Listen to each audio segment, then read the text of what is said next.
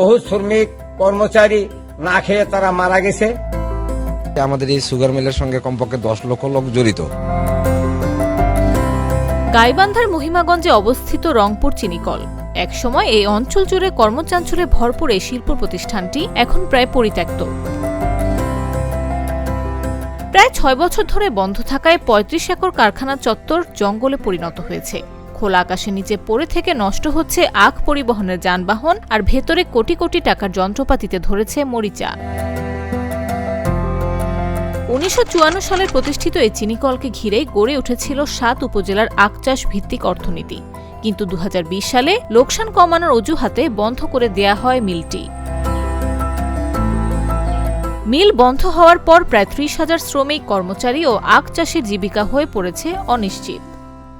আমাদের এই সুগার মিলের সঙ্গে কমপক্ষে 10 লক্ষ লোক জড়িত, কিন্তু আজকে এই বিগত সময়ে ফ্যাসিস্ট সরকারের আমলে মিলটি বন্ধ হওয়াতে এই 10 লক্ষ লোকের মধ্যে যারা কমপক্ষে 300-400 লোক আমরা এই সুগার মিলে চাকরি করতেছিল, যারা তাদের ছেলে মেয়ে অনেকেই মারা গেছে, অনেকেই দিনে হয়তো খুব কষ্টে আছে।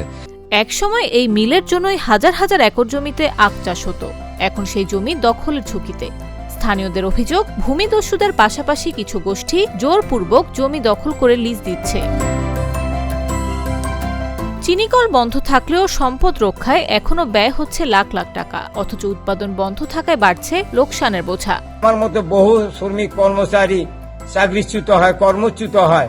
তখন থেকেই আমরা অনাহারে অর্ধাহারে আসি। বহু শ্রমিক কর্মচারী না খেয়ে তারা মারা গেছে, কিছু অসুস্থতায় ভুগছে এবং আমরা কোনো রকমে দাঁড়িয়ে আছি। শ্রমিকদের দাবি, মিল চালু হলে শুধু কর্মসংস্থানই বাড়বে না, পুনরুজ্জীবিত হবে পুরো এলাকার কৃষি অর্থনীতি। আমাদের গোবিন্দগঞ্জ উপজেলার মাননীয় সংসদ সদস্য সংসদে এই মিলটি পুনরায় চালু করার জন্য উনি আহ্বান করছেন এবং সেই অবস্থায় এখন বর্তমান আমরা আশাবাদী যে এই মিলটি পুনরায় চালু হবে। স্থানীয় সংসদ সদস্যের পক্ষ থেকেও জাতীয় সংসদে মিল চালুর দাবি তোলা হয়েছে। এতে নতুন করে আশার আলো দেখছেন কৃষক ও শ্রমিকরা। তাদের প্রত্যাশা, শুধু প্রতিশ্রুতি নয়, দ্রুত কার্যকর পদক্ষেপে আবার চালু হবে রংপুর চিনিকল, ফিরবে জীবনের চাকা। নিউজ ডেস্ক, জাগো নিউজ।